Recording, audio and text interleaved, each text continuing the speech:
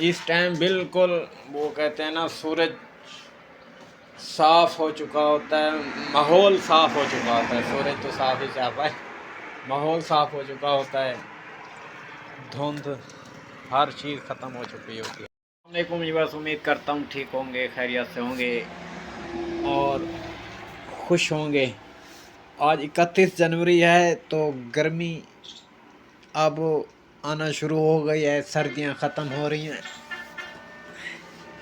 सर्दियाँ ख़त्म हो गई, होने वाली हैं, हो तो नहीं गई। वो कहते हैं शाम को सर्दी होती है, सुबह भी होती है देहातों में।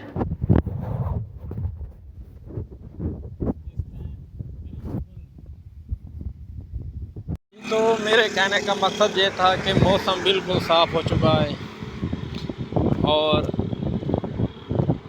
जो देहातों में कमांद की फसल है अब उसका एंड होने जा रहा है। 31 जनवरी, अगला 15 दिनों तक तो चलेगा ये, लेकिन ये है कि जो ज़ोर है वो टूट गया है। तो बात ये है कि अब कुछ लोग कह रहे थे कि यार आप फ़नी किस्म का मवाद डाला करें, तो इसी हिसाब से मैं कोशिश तो करता हूँ कि फ़नी मवाद डालूँ और आप लोग भी मेरी ढारस बनाते हैं कि मोहब्बत है आप लोगों की। और